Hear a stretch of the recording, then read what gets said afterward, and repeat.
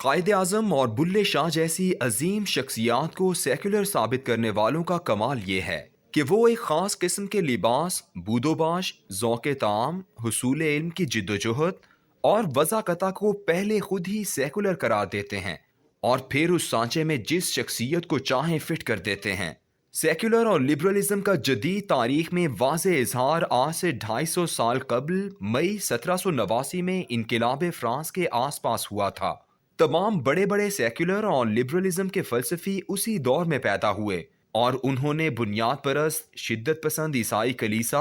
اور اس کے زیر اثر بادشاہوں کے خلاف علمی اور نظریاتی کاوشوں کا آغاز کیا، جو بعد میں ایک خونی انقلاب میں ڈھل گئیں۔ پیرس اور اس کے گرد و نواح کے علاقے اس انقلاب کا مرکز تھے۔ میرے یہ صاحبان علم اور بزوم خود مسند حکمت و دانائی پر متمکن دانشور بتا سکتے ہیں کہ سیکولرزم کے حامی اور مخالف افراد کی طرز زندگی اور بود و باش میں کون سے نمایاں فرق تھے۔ دونوں گروہوں کے افراد اپنے زمانے کی مغربی تہذیب میں زندہ تھے اور ایک جیسی زندگی گزار رہے تھے۔ جو لباس بادشاہ لوئی کے درباری اور چرچ کی ہفتہ وار عبادت میں شریک عام مذہبی انتہا پسند استعمال کرتے تھے، ویسا ہی لباس والٹیئر، روسو اور انقلابی رہنما رابسپیری بھی پہنتے تھے۔ جیسی میزوں پر بیٹھ کر جس طرح کے چمچوں، کانٹوں اور نیپکن سے اور جس طرح کا کھانا اور جیسی شراب چرچ کا شدت پسند مذہبی طبقہ استعمال کرتا تھا، انقلابیوں اور سیکولروں کے گھر میں بھی سب کچھ ویسا ہی تھا۔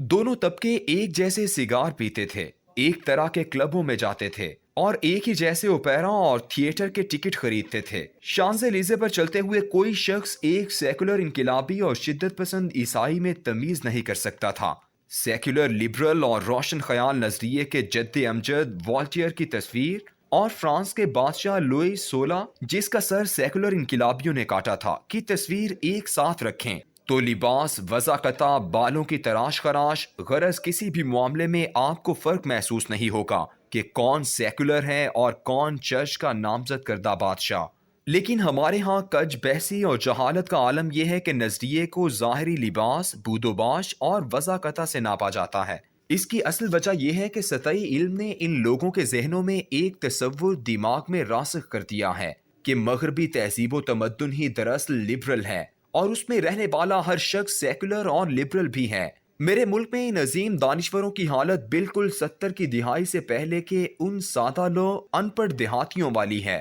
جو کسی بھی شخص کو عربی لباس میں دیکھ لیتے تو اس کو مقدس و محترم اور برگزیدہ سمجھ کر ہاتھ چومنے لگتے تھے۔ یہ تو عرب دنیا میں تیل نکلنے کی وجہ سے ہونے والی ترقی کا اعجاز ہے کہ میرے ملک کا یہ سادہ لو ان پڑھ دیہاتی طبقہ مزدوری کرنے وہاں پہنچا تو انہیں اندازہ ہوا کہ ایک بغیر داڑھی، پینٹ کوٹ پہننے اور ٹائی لگانے والا عرب عالم سید قطب شہر سیکولرزم کے مقابلے میں ایسی برہنہ تلوار ہے کہ اس کی کتب اور اس کی تحریک اخوان المسلمون آج بھی نہ صرف عرب دنیا بلکہ پوری مسلم دنیا میں اٹھنے والی سیکولر، لبرل حتیٰ کہ کمیونسٹ تحریکوں کا مدلل جواب بھی ہیں اور ایک تحریک کی علامت بھی۔ جبکہ عربی لباس پہنے، سروں پر رومال سجائے بے شمار عرب باشندے ایسے ہیں جن کی وضاقتہ سے آپ یہ سمجھتے ہیں کہ یہ خالص مسلمان ہیں، مگر ان کے دم قدم سے بینکاک، بیروت اور یورپ کے مخصوص بازار آباد ہیں۔ میرے ملک کا دیہاتی آدمی تو سمجھ گیا،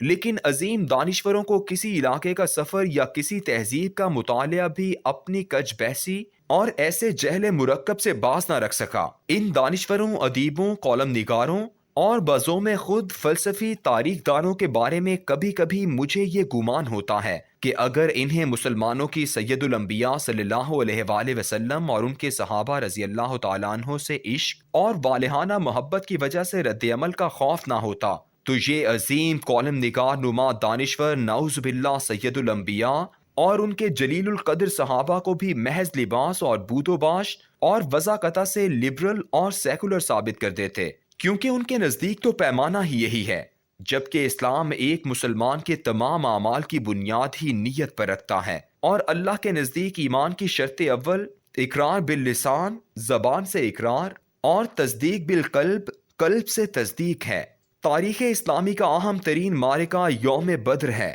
جسے میرے اللہ نے یوم الفرقان یعنی حق و باطل میں تمیز کا دن قرار دیا ہے۔ میدان بدر میں مسلمانوں اور مشرکین مکہ کی ظاہری بود و باش اور ظاہری وضاقتہ کا بغور مطالعہ کر لیں تو آپ کو ایمان کے سوا ان میں بظاہر کوئی فرق نظر نہیں آئے گا۔ دونوں لشکروں کے پاس جو اسلحہ تھا، جن میں تلواریں، تیر اور زرہیں شامل تھیں، وہ ان علاقوں سے برآمد شدہ تھی جو رومن امپائر کے زیر تسلط تھے، جیسے بلاد شام وغیرہ۔ بدر کے مسلمان صحابہ رضی اللہ تعالیٰ عنہ اور کفار مکہ کے بدن پر جو لباس تھے، وہ دو علاقوں سے اس خطے میں درآمد کیے جاتے تھے۔ ایک یمن، جہاں ذوالخصلہ نام کا ایک بہت بڑا بت تھا جس کی پرستش ہوتی تھی اور جسے کعبۃ الیمانیہ کہا جاتا تھا، اور دوسرا مصر کے دریائے نیل کا قرب و جوار، جہاں فرعین مصر سے لے کر اب تک شرک اور کفر نے ہی ڈیرے جما رکھے تھے۔ فلسطین میں آباد رومے بھی کپڑا بننے کا کام کرتے تھے۔ یہی وجہ ہے کہ آپ کو احادیث میں شامی اور یمنی چادروں کا ذکر ملے گا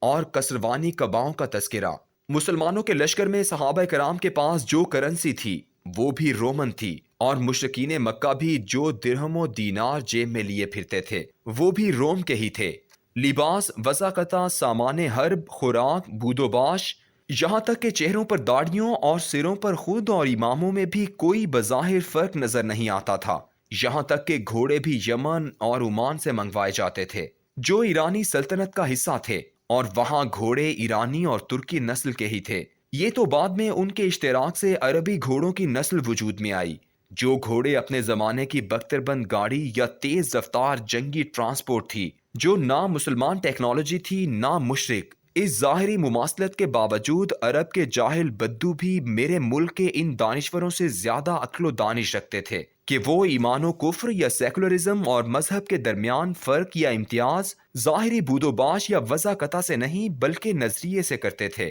یہ نظریہ ہی تھا جس نے میدان بدر میں ایک ایسا معرکہ برپا کیا جو قیامت تک حق و باطل کی علامت بن گیا، اور یہی نظریہ تھا جس نے 1400 سال بعد برصغیر پاک و ہند کو ایسے تقسیم کیا کہ ایک دادا کی اولاد